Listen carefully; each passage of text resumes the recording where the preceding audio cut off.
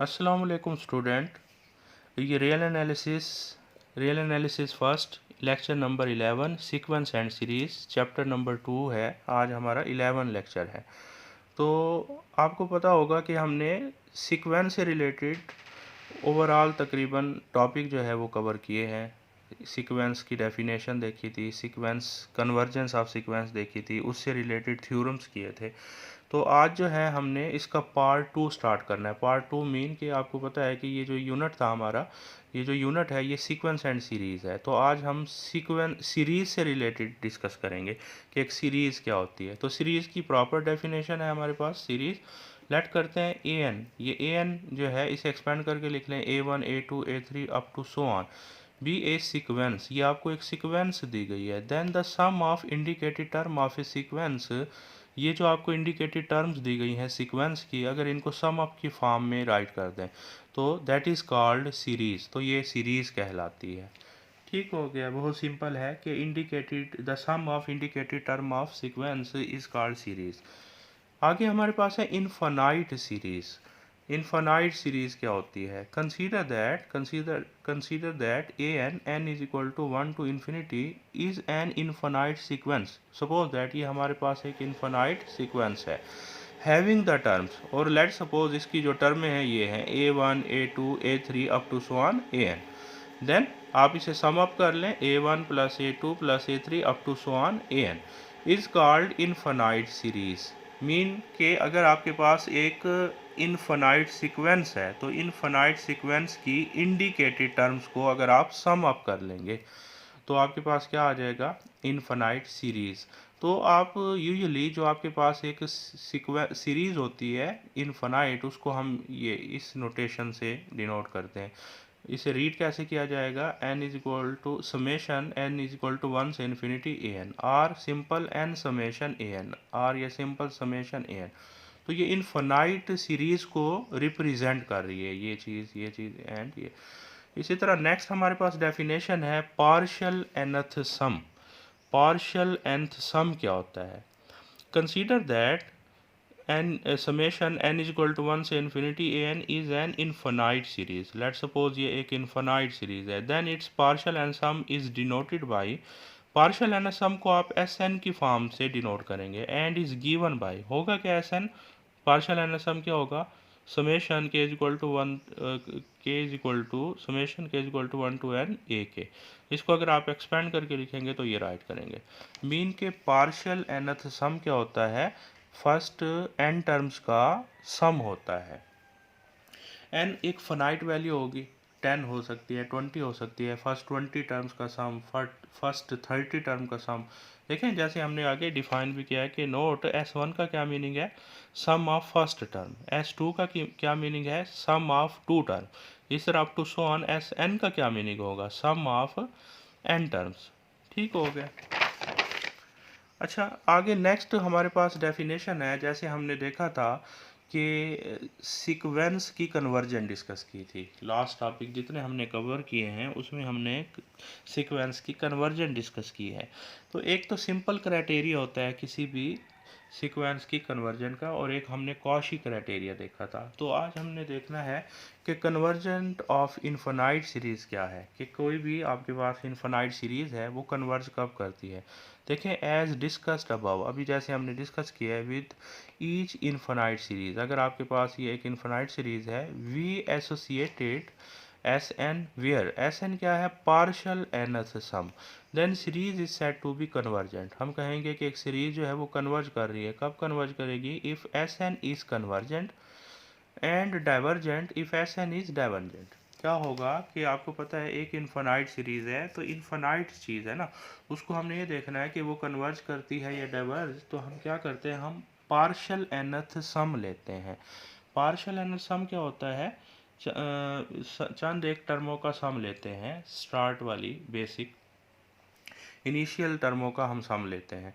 तो इफ़ अगर सम जो है पार्शियल एंड सम कन्वर्ज करता है then the given infinite series is also convergent, and if the ये partial and sum is divergent then the series is also divergent. ठीक हो गया। तो इसको आप ऐसे भी डिफाइन कर सकते हैं, the infinite series, let suppose ये एक इनफाइनाइट सीरीज है, इज कन्वर्जेंट, ये कन्वर्जेंट होगी if it's partial and sum is convergent. तो अगर किसी सीरीज का पार्शियल एंड सम कन्वर्ज करता है तो दी गई जो इनफाइनाइट सीरीज है वो भी कन्वर्ज करेगी। इसको आप इस क्राइटेरिया से भी डिफाइन कर सकते हैं, द इनफाइनाइट सीरीज, ये इनफाइनाइट सीरीज है, इज कन्वर्जेंट, कन्वर्जेंट होगी if for a given epsilon, अगर आपके पास कोई भी एप्सिलॉन है, there exist positive integer n such that, कि ये कंडीशन सेटिस्फाई हो जाए। ठीक है, यहाँ पे अब आप ये याद रखें कि S n be partial and sum है, एस जो है कोई पॉइंट नहीं है, एस बी टर्मों का सम ही है, चंद एक टर्मों का सम ही है। इसको आप ऐसे भी राइट कर सकते हैं, limit n approaches to infinity S n is equal to S, where S is called sum function, S को हम सम फंक्शन कहेंगे बिकॉज ये भी एक सम ही है आपके पास। तो ये कन्वर्जेंट ऑफ इन्फिनाइट सीरीज की डेफिनेशन है। आगे हमारे पास है Cauchy criterion, Cauchy criterion for the convergence of infinite series. अगर आपके पास एक इन्फिनाइट सीरीज है तो कॉशी ने क्या क्राइटेरिया दिया है कि कब कोई भी इन्फिनाइट सीरीज कन्वर्ज करेगी। इसकी स्टेटमेंट देख लेते हैं।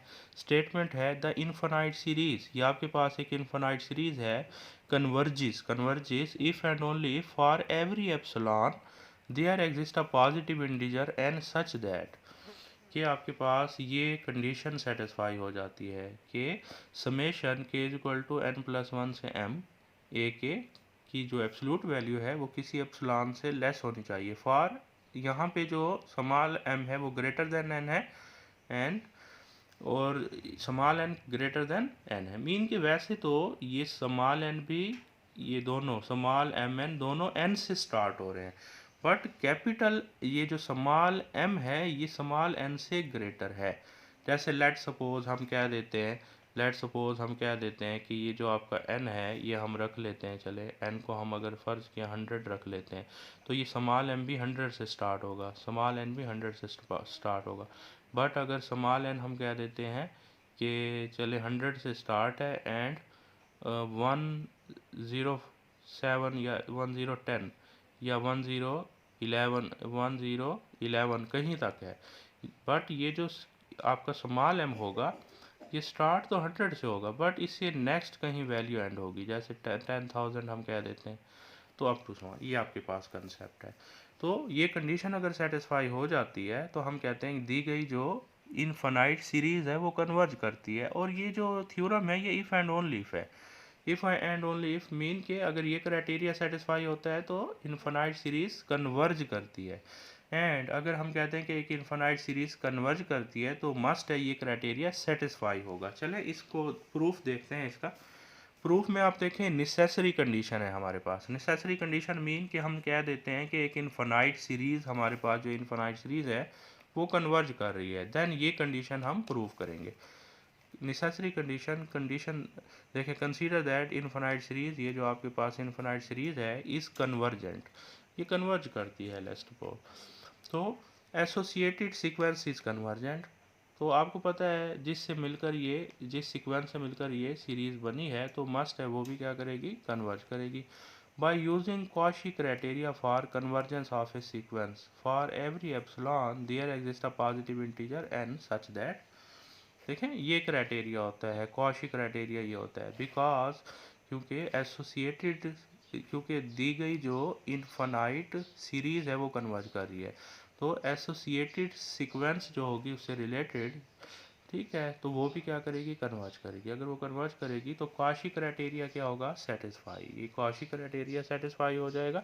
यहाँ पे देखें एस एम और एस एन है क्या, बेसिकली तो ये पार्शल nth सम, ये पार्शल nth सम, ये पार्शल mth टर्म सम है। ये हियर देखें एस एन क्या है, n टर्म्स का सम, इसी तरह एस एम क्या है, m टर्मों का सम।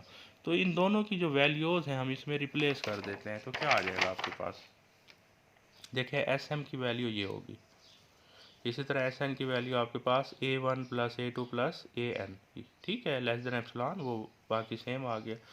तो अब आप नोट करें a1 plus a2 plus a3 up to so on an plus an plus 1 plus an plus 2 plus up to so on am। तो ये जो n तक टर्म्स हैं ये पॉजिटिव और ये n तक टर्म है नेगेटिव, ये एक दूसरे को कैंसिल कर देंगी, तो आपके पास क्या आ जाएगा, सिंपल ये आ जाएगा। ठीक हो गया। और इसको अगर समेशन की फॉर्म में लिखेंगे तो ये आ जाएगा। तो ये आपका क्राइटेरिया सेटिस्फाई हो गया। चले नेक्स्ट कंडीशन सफिशेंट कंडीशन देख लेते हैं। सफिशेंट में क्या होता है, सफिशेंट में हम सपोज करेंगे कि ये क्राइटेरिया सेटिस्फाई होता है और प्रूव करेंगे कि जो इन्फिनाइट सीरीज है वो कन्वर्ज करती है। We suppose that for a given epsilon there exists a positive integer n such that कि ये क्राइटेरिया हम कह देते हैं कि सेटिस्फाई होता है। आप इसे एक्सपेंड करके राइट कर लें। देखिए इसको आप एक्सपेंड करेंगे तो आपके पास ये आ जाएगा इस फॉर्म में। ठीक हो गया। अब हम इसमें क्या करने लगे हैं, a1 plus a2 plus a3 plus up to so on an add भी कर दें टर्म में, सब्ट्रैक्ट भी कर दें। देखिए जो ऐड किया है ये स्टार्ट में आपके पास आ गया, जो सब्ट्रैक्ट किया ये। अब नोट करें ये क्या होता है, समेशन होता है। समेशन k इक्वल टू 1 से m a k, ठीक है, ये समेशन होता है m, ये आ जाएगा। तो इसको आप क्या राइट कर सकते हैं, एस एम। इस तरह इसको क्या राइट कर सकते हैं, S n less than epsilon. अब आप नोट करें ये क्या, कौन सा क्राइटेरिया, ये तो कॉशी सीक्वेंस बन गया है। Which is a Cauchy criteria, ये कॉशी क्राइटेरिया है। वी से दैट ये जो आपके पास एस एन है, ये इस सीरीज ने, इस सीक्वेंस ने कॉशी क्राइटेरिया को सेटिस्फाई कर दिया। तो ये जो सीक्वेंस है एस एन, ये मस्ट है, क्या करेगी, कन्वर्ज करेगी। तो वैसे तो ये पार्शियल एनस सम था, S N being the partial n's sum. तो अगर किसी सीरीज का पार्शियल एनस सम कन्वर्ज करता है then the given series is also convergent. तो प्रूव हो जाएगा कि ये आपके पास जो सीरीज है infinite series must be convergent. ठीक हो गया।